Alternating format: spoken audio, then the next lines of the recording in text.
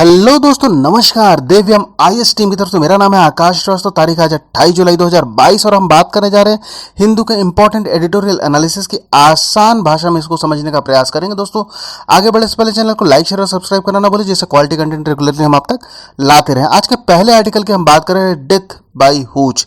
दोस्तों, ये पूरा आर्टिकल है गुजरात में जो भी 40 मौत हो गई हैं अवैध शराब पीने से। बेसिकली पूरा आर्टिकल इसी पर आधारित है। गुजरात भारत के उन 4 राज्यों में से एक है जहां पर शराब बंदी है, आधिकारिक तौर पर वहां पर शराब नहीं मिलती है। दोस्तों, चूंकि ये अवैध शराब की वजह से मौत का मामला इतना हाईलाइटेड हो गया तो कई सारे प्रश्न खड़े कर रहा है। जो भी वहां पर प्रशासन है उसकी भूमिका पर सवाल ये खड़ा कर रहा है। इसके साथ साथ में जो कालाबाजारी होती है शराब की, ब्लैक मार्केट फॉर अल्कोहल, इसके लिए, इसके अलावा पुलिस और जो लोकल पॉलिटिशियंस, उनके रोल, उनकी मिली भगत के बिना क्या ऐसा राज्य जहां पर शराब बंदी है वहां पर शराब आसानी से मिल सकती है, इस पर भी कई सारे प्रश्न चिन्ह आर्टिकल खड़ा कर रहा है। इसके अलावा आगे बात ये कही जा रही है जो शराबबंदी हमारे जो directive principle of state policy, राज्य के जो नीति निदेशक तत्व होते हैं वहां पर भी शराब को प्रोहिबिट, रोकने की बात कही जाती है कि राज्य अपनी तरफ से ऐसे प्रयास करेगा जिससे समाज में जो शराब है उसके प्रसार को रोका जा सके। आर्टिकल 47 में यह बात कही गई है। पर दोस्तों, जो डीपीएसपी होता है, हमें पता है कि ये कोर्ट में ये इनफोर्सेबल नहीं होता है, कहीं पे इसको लागू नहीं किया जा सकता है। बस एक ये राज्य इस पे प्रयास करता है ऐसा करने का। जबकि फंडामेंटल राइट यदि लागू नहीं होता तो हम उसके लिए कोर्ट पे जा सकते हैं, पर डीपीएसपी अगर लागू नहीं होता तो कोर्ट पे नहीं जाया जा सकता है। हालांकि अभी जो मामला चल रहा है उस पर गुजरात हाई कोर्ट में 5 पिटीशन पड़ चुकी है, जो कि किस बात को चैलेंज कर रहे हैं, जो संवैधानिक वैलिडिटी, कॉन्स्टिट्यूशनल वैलिडिटी, जो गुजरात प्रोहिबिशन एक्ट 1949 है, जिसके आधार पर वहां पर शराब को रोका जा रहा है, शराबबंदी वहां पर है। बेसिकली ये गुजरात प्रोहिबिशन एक्ट 1949 को चैलेंज करने के लिए 5 पिटीशन डाल दी गई हैं और इन पिटीशन का ये कहना है कि जो शराब वहां पर रोका जा रहा है, शराबबंदी है, वो उनके जो फंडामेंटल राइट है उसकी अवहेलना करते हैं, राइट टू प्राइवेसी। साथ में एक महत्वपूर्ण प्रश्न ये भी उठाया जा रहा है कि ये जो वहां पर जो शराबबंदी है, ऐसा नहीं है कि राज्य में पूरी तरीके से शराबबंदी, जो वहां पर टूरिस्ट आते हैं बाहरी राज्यों से, वो यदि शराब पीते हैं तो वो गैरकानूनी नहीं है। इससे बहुत सारे फ्लॉज वहां पर पैदा हो रहे हैं, आर्बिट्रेरीनेस काफी बढ़ रहा है, पुलिस मनमाने तरीके से इस कानून का इस्तेमाल कई बार होता है दोषियों, कई बार निर्दोषियों के लिए, ऐसा आर्टिकल में बताया जा रहा है। तो बेसिकली ये जो पूरा आर्टिकल है जो अभी गुजरात में ट्रेजेडी हुई उसके इर्द गिर्द, और जो डीपीएसपी के द्वारा जो इस लिकर प्रोहिबिशन के लिए जो डीपीएसपी प्रेरित करता है, इन सब को लेकर, और साथ में एडमिनिस्ट्रेशन, ब्लैक मार्केटिंग के से क्या क्या हानि होती है, राज्य को क्या नुकसान हो सकता है, आदि आदि पे पूरा आर्टिकल इर्द गिर्द घूम रहा है। अगले आर्टिकल की दोस्तों हम बात करते हैं तो आज के हिंदू का ये काफी इंपॉर्टेंट आर्टिकल है, poor state of India's fiscal federalism, वित्तीय संघवाद। बेसिकली ये जो पूरा आर्टिकल है, जो भारत में जो वित्तीय संघवाद है वो कितना आज के समय में प्रासंगिक है, उससे राज्यों को ज्यादा फायदा हो रहा है, केंद्र को ज्यादा फायदा हो रहा है आदि, ये इस पूरे आर्टिकल का क्रक्स है। बेसिकली इस आर्टिकल की शुरुआत में बात हो रही है कि जब भीमराव अंबेडकर जी अपने जो कॉन्स्टिट्यूशनल असेंबली, उसके जो लास्ट स्पीच में उन्होंने कहा था कि हम अब जो वोट का इंक्लूड कर रहे हैं, राइट टू वोट दे रहे हैं, उससे जो पॉलिटिकल इक्वलिटी तो मिल जाएगी, पर अभी भी समाज में जो सोशल और इकोनॉमिक लाइफ है वहां पर इनइक्वलिटी बनी रहेगी। और ये जो अंतर्द्वंद है वो यदि सही तरीके से नहीं उसका कोई सॉल्यूशन निकला तो जो डेमोक्रेसी है, जो पॉलिटिकल डेमोक्रेसी है, उसका ताना बाना बिगड़ जाएगा। जबकि उन्होंने इस बात के लिए तत्कालीन जो प्रधानमंत्री जवाहरलाल नेहरू, उनको भी वार्न किया था, किंतु जवाहरलाल नेहरू जी का उस समय मानना यह था कि जो सामाजिक जो इनइक्वालिटी है उसको दूर करने का तरीका क्या है, प्लानिंग। तब उस समय प्लानिंग कमीशन चलता था, तो जवाहरलाल नेहरू जी का मानना था कि यदि जो सेंट्रल प्लान होते हैं उनको सही तरीके से उन प्लानिंग की जाए और उनका क्रियान्वयन सही तरीके से हो, तो ये जो सामाजिक इनइक्वालिटी है जो उसको दूर किया जा सकता है। बेसिकली आर्टिकल आगे बात कर रहा है कि 2014 के बाद से, जब से जीएसटी लागू हो चुका है, तब से जो राज्यों की जो कैपेसिटी थी जिससे वो अपने रेवेन्यू को जनरेट कर सकते थे, उसमें काफी ह्रास हो गया। उसको अपने इस अधिकार को, रेवेन्यू जनरेट करने का जो अधिकार है, उसको केंद्र के पास देना पड़ गया, केंद्र के पास सरेंडर कर देना पड़ गया है। ऐतिहासिक तौर पर बात करें तो जो वित्तीय जो ट्रांसफर होता था, उसका उसकी भूमिका प्लानिंग कमीशन और जो वित्तीय कमीशन है, फाइनेंस कमीशन है, इस पर दारोमदार रहता था। पर 2014 के बाद से प्लानिंग कमीशन को खत्म कर दिया गया। प्लानिंग कमीशन की जगह पर नीति आयोग अब आ चुका है। और जो वित्तीय जो फाइनेंस ट्रांसफर का है, जो ऑफिशियल ट्रांसफर की जो भूमिका है, अब उसका जो मेजर रोल क्या है, फाइनेंस कमीशन के कंधे पर आ चुका है। और आर्टिकल में बताया जा रहा है जो फाइनेंस कमीशन है, मोर और लेस वो ज्यादा इंक्लिनेशन सेंटर की तरफ वो दिखा रहा है। आगे आर्टिकल में बात कही जा रही है कि जो भारत है वो कभी भी एक ट्रूली फेडरलिज्म, एक पूरी तरीके से जो संघवाद है, जो वो भारत कभी भी नहीं रहा। वैसे कहा भी जाता है भारत एक क्वाजी फेडरलिज्म है, और इस जो फेडरलिज्म, जो संघवाद है, इसमें जो शक्तियों का जो झुकाव है वो केंद्र सरकार की तरफ ज्यादा रहता है। भारत अविनाशी, माफ कीजिएगा, भारत जो है वो विनाशी राज्यों का अविनाशी संघ के रूप में देखा भी जाता है। आगे आर्टिकल में बात कही जा रही है कि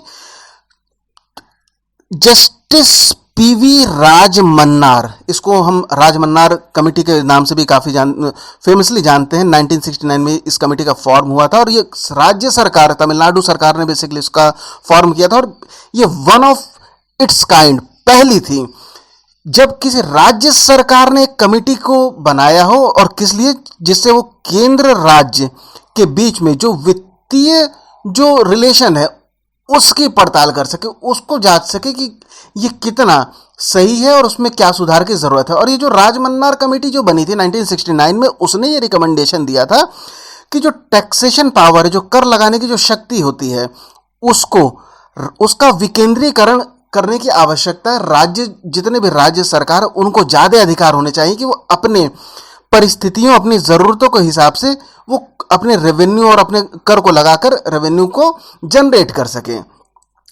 आगे आर्टिकल में बात भी कही जा रही है कि 1955-56 में जो राज्य लगभग 69% के आसपास जो अपना रेवेन्यू जनरेट कर रहे थे, वो 19-20 में लगभग 38% के आसपास घट जाता है। जबकि उनके खर्चे लगातार बढ़ रहे हैं, पर जो रेवेन्यू होता है, जिससे खर्चे से वो मीट कर सके, वो अब नहीं बढ़ पा रहे हैं। और आगे बात ये कही जा रही है कि 14वें फाइनेंस कमीशन के बाद से जो ऑफिशियल ट्रांसफर होता था केंद्र से राज्यों की तरफ, पहले वो 32% होता था, लेकिन 14वें फाइनेंस कमीशन ने उसको 32 से 42% रिकमेंड कर दिया। पर आगे आर्टिकल में ये बात कही जा रही है कि बहुत सारे अब ऐसे सेस और सरचार्जेस जो केंद्र सरकार लगाती है, जो कि नॉन डिविजिव होता है, जिसका राज्यों और केंद्र के बीच में जो बंटवारा होता है वो नहीं होता है। इस कैटेगरी के सेस और सरचार्जेस गवर्नमेंट ज्यादा अब लगा रही है, जिससे फायदा केंद्र सरकार को ज्यादा हो रहा है और राज्य सरकारों को उसमें हिस्सा नहीं मिल पा रहा है। इन सब के अलावा आर्टिकल में यह भी बात कही जा रही है कि यदि बाजार से कोई उधारी ली जाती है तो उसमें जो इंटरेस्ट पेमेंट होता है उसमें राज्य सरकार को 10% ब्याज देना पड़ता है। वहीं यदि जो केंद्र सरकार है यदि वो उधार लेती है बाजार से, तो उनको मात्र 7% का ब्याज अदायगी करना पड़ता है। इन सब से क्या लगता है, जो राज्य है वो जो केंद्र सरकार की जो केंद्रीय जितनी स्कीम्स होती हैं उसके एक तरीके से इंप्लीमेंटिंग एजेंसी बन के रह गई हैं। उनको क्रियान्वयन करने की जो एजेंसीज होती हैं उनके रूप में राज्य सरकार ज्यादा नजर आने लग गई हैं। उनकी जो ऑटोनॉमी होती है वो कम हो गई है। बात आगे ये की जा रही है कि लगभग 131 सेंट्रली स्पॉन्सर्ड स्कीम इस समय है, और लगभग जो 90% से अधिक उनका जो एलोकेशन होता है उसमें जो राज्य है उसको कुछ प्रतिशत उसमें जो स्कीम में जो भी खर्चे होते हैं उनको राज्यों को भी बांटना पड़ता है। लगभग 90% से ज्यादा ऐसी स्कीम है केंद्र जो स्पॉन्सर्ड करता है, सेंट्रली स्पॉन्सर्ड स्कीम्स होती है, उसमें कुछ प्रतिशत, कभी वो 15% के आसपास होता है, कभी 40%, एक इस बैंड के अंतर्गत में उनको, जो राज्य हैं, उनको भी सेंट्रली स्पॉन्सर्ड स्कीम्स में खर्चा को वहन करना पड़ जाता है।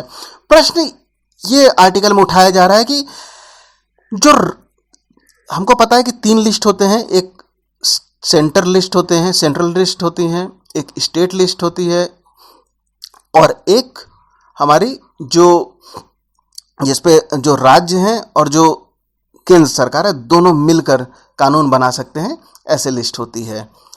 अब बेसिकली यहां पर जो 2 लिस्ट की बात हो रही, सेंटर और स्टेट लिस्ट पर, क्वेश्चन ये उठ रहा है कि जब कोई सेंट्रली स्पॉन्सर्ड स्कीम अगर राज्य सरकार बना रही है तो उसकी जरूरत ही क्या है ऐसे मुद्दे पर जो कि स्टेट लिस्ट में पहले से मौजूद है। यदि मुद्दा जो स्टेट लिस्ट में है तो कायदे से इनमें जो भी स्कीम लाने की जरूरत है वो राज्य सरकार द्वारा लानी चाहिए। राज्यों को अपनी राज्यों की स्थिति, जरूरतों के बारे में ज्यादा पता होता है वनस्पत केंद्र के मुकाबले। तो ऐसे में यदि राज्य ऐसी स्कीम्स को लागू करेगा तो वो निश्चित तौर पर ज्यादा लाभप्रद होता है। तो प्रश्न ये उठाया जा रहा है जो स्टेट लिस्ट होता है वहां पर सेंट्रली स्पॉन्सर्ड स्कीम नहीं लाना चाहिए, या अगर आ रहा है तो ऐसा क्या कारण है। इसके अलावा यदि जो यूनियन लिस्ट होता है उनमें कोई स्कीम आ रही तो ऐसी जो स्कीम्स होती उसमें राज्य क्यों खर्चा वहन करें, ऐसे प्रश्न आर्टिकल में उठाए जा रहे हैं। इसके अलावा आगे बात यह भी की जा रही है कि जो वर्ल्ड इनइक्वालिटी रिपोर्ट आई है उसमें यह बताया गया है कि 1980 में जो रेशियो था private wealth to national income, इनका जो रेशियो था वो लगभग 290% था, जो कि बढ़कर 555% हो जाता है 2020 में। अर्थात जो नेशनल इनकम यदि बढ़ रही है उसके अनुपात में जो प्राइवेट वेल्थ है उनके बढ़ने का अनुपात काफी तेजी से बढ़ रहा है, और इसका लाभ जो होता है वो कुछ ही लोगों तक सिकुड़ कर रह जाता है। ये बताया भी गया है कि भारत की अगर बात करते हैं तो लगभग जो 6% की जो वेल्थ है, जो संपत्ति है, वो लगभग आधे से ज्यादा जो हमारी जनसंख्या है उनके हाथ में मात्र 6% की वेल्थ आ पा रही है, जबकि जो लगभग 10% की जो टॉप की जो आबादी है उनके पास जो भारत की वेल्थ का लगभग 2/3 हिस्सा उनके पास पहुंच रहा है। इससे काफी ज्यादा इनइक्वालिटी हो रही। इसके अलावा 2 तरीके की बातें हो रही। पहली बात, इनइक्वालिटी काफी रेज हो रही। दूसरी बात, जो वेल्दियर पीपुल हैं उनकी वेल्थ भी ज्यादा बढ़ रही हुई है, और जो भारत में जो टैक्स लगाया जाता है, जो वेल्थ पीपुल है उनके ऊपर जो टैक्स लगाने का जो भारत है उसका पुअर रिकॉर्ड रहा है। और इसकी वजह से जो टैक्स इज टू जीडीपी, जो टैक्स जीडीपी का रेशियो होता है कि जीडीपी हमारी उसके अनुपात में हमको कितना टैक्स सरकार इकट्ठा कर पा रही है, वो दुनिया में लोवेस्ट साइड पे भारत का आता है। कितना है? लगभग 17% के आसपास है। जबकि जो एवरेज जो रेशियो होता है इमर्जिंग मार्केट और जो OECD, organisation for economic cooperation and development, ये जो कंट्रीज होती हैं, तो जो इमर्जिंग मार्केट है वहां पर टैक्स टू जीडीपी रेशियो कितना हो रहा है? 21% हो रहा है। और ओईसीडी जो कंट्रीज है वहां पर 34% हो रहा है। और भारत में कितना हो रहा है? 34/2, मतलब 17% भारत में हो पा रहा है।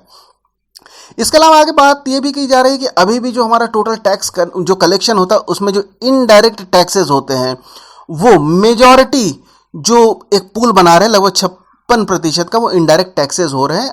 अब सरकार को यहां पर यह करने की जरूरत है अकॉर्डिंग टू आर्टिकल की जो डायरेक्ट टैक्सेशन होता है उसको मजबूत करना चाहिए, टैक्स कलेक्शन को बढ़ाना चाहिए। और ऐसे में क्या देखा जा रहा है, अभी हाल फिलहाल में जो कॉर्पोरेट टैक्स होता है उसमें कटौती को एक नकारात्मक तौर पर आर्टिकल में देखा जा रहा है कि जो कॉर्पोरेट टैक्स होता है ये भी काट दिया जा रहा है। जो डायरेक्ट टैक्स के रूप में ये सब सरकार के पूल में जाते हैं तो इसको काट दिया जा रहा है, और इसका जो फायदा हो रहा है जो रिचेस्ट है, जो वेल्दिएस्ट पीपल है, उनको इसका डायरेक्ट फायदा मिल रहा है, जबकि जो मेजॉरिटी पॉपुलेशन ऑफ इंडिया है वो इस फायदे को इससे वंचित रह जा रही है।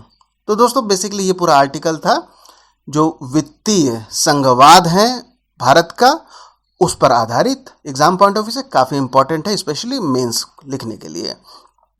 आगे नेक्स्ट आर्टिकल की हम बात करते हैं तो in search of relevance, basically ये जो पूरा आर्टिकल अभी जो कॉमनवेल्थ गेम की शुरुआत बर्मिंघम में हो चुकी है उस पर ये आधारित है। पहले ये डरबन में होना था, पर वहाँ से ये हटकर इसका स्थान चेंज होकर बर्मिंघम हो गया। बेसिकली ये जो कॉमनवेल्थ गेम्स होता है, मल्टी स्पोर्ट्स इवेंट की बात करें तो तीसरा सबसे बड़ा इवेंट होता है।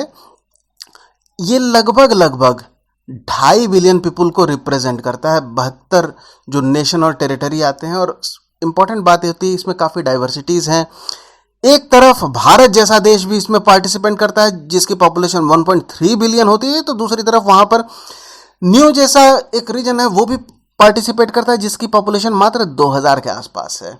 आगे आर्टिकल में बातें गेम्स को लेकर की जा रही हैं और कुछ और भी तर्क हैं, उस पे पूरा आर्टिकल केंद्रित हो रहा है। बेसिकली जो भारत के लिए इस बार के जो कॉमनवेल्थ गेम्स हैं वहाँ पर जो मेडल की बात करते हैं वहाँ पर चिंता का विषय वहाँ पर दिखाया जा रहा है कि 2022 में शूटिंग इवेंट अब इस बार हटा दिया गया।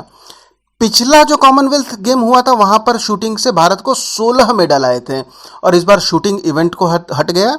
और इसके अलावा 2026 में बात हो रही कि जो रेसलिंग उसको शायद हटा दिया जाएगा। ऐसे में भारत के लिए बात हो रही है कि ये चाहे वो शूटिंग हो या रेसलिंग हो, भारत की जो मेडल तालिका में सबसे बड़ा हिस्सा इन दो इवेंट का रहता है, और यदि ये दोनों इवेंट भी हट जाएंगे तो मेडल जो टैली है भारत का उसमें जो हिस्सेदारी है वो और ज़्यादा घट जाएगा। इसके अलावा आगे बात कही जा रही है कि जो अभी नीरज चोपड़ा जी चोटिल हो गए हैं वो कॉमनवेल्थ गेम में हिस्सा नहीं ले पा रहे हैं, ये भी भारत के लिए चिंता का विषय हो रहा है। जो एक मेडल प्रोबेबली गोल्ड सिल्वर में कुछ भारत उसका एक प्रमुख दावेदार हो रहा था वो एब्सेंस हो गया। तो बेसिकली ये पूरा article Commonwealth game participant future event में कौन से भारत के लिए इवेंट जो वहाँ से हटने वाले हैं उसका भारतीय मेडल टैली पर क्या असर पड़ने वाला है इस पर आधारित है। दोस्तों आज के लास्ट आर्टिकल की हम बात करते हैं तो the message for Biden West Asia has moved on. लगातार वेस्ट एशिया पॉलिटिक्स पर हिंदू में आर्टिकल आ रहे हैं। इसको हमने कई पिछले लगभग लगातार इन वेस्ट एशिया पॉलिटिक्स पे और यूएस का उसमें क्या रोल हो सकता है, यूएस अभी जो बाइडन की जो ये पहली वेस्ट एशिया पर यात्रा हुई है उस पे जो यूनाइटेड स्टेट है वो क्या चाहते थे, यात्रा जो बाइडन साहब वहाँ पर करते हैं बेसिकली उनका मोटो क्या रहता है कि वो सऊदी अरेबिया पर थोड़ा सा प्रेशर डालकर जो अभी एनर्जी क्राइसिस पूरी दुनिया जिसका सामना कर रही है आफ्टर रशिया यूक्रेन वॉर, उसमें यदि अंतर्राष्ट्रीय बाजार में जो सऊदी अरेबिया है वो तेल का उत्पादन को काफ़ी बढ़ा देता है तो पूरी दुनिया राहत का सांस ज़रूर लेगी। पर राष्ट्रपति बाइडन के इस मंतव्य को सऊदी अरेबिया नहीं मानता है। आगे आर्टिकल में ये भी बात हो रही है कि बेसिकली ये पूरा एक मैसेज है यूएस प्रेसिडेंट बाइडन के लिए कि जो पश्चिम एशिया है वो अभी वर्तमान समय में ऐसा लग रहा है कि जो यूएस पर उनकी डिपेंडेंसी थी या यूएस पहले के समय में यूएस के इशारे पर जिस तरीके से जो वर्ल्ड की जो पॉलिटिक्स चलती थी और यहाँ पर पर्टिकुलरली पश्चिम एशिया की बात हो रही है, अभी उस पीरियड से पश्चिम एशिया बाहर आ चुका है और वो अपने हितों के हिसाब से अपनी पॉलिटिक्स को तय कर रहे हैं, अपनी पॉलिसीज को तय कर रहे हैं। तो बेसिकली ये पूरा आर्टिकल इसी के इर्द गिर्द घूम रहा था। दोस्तों आज के हिंदू के आर्टिकल से इतना ही। अंत तक बने रहने के लिए धन्यवाद।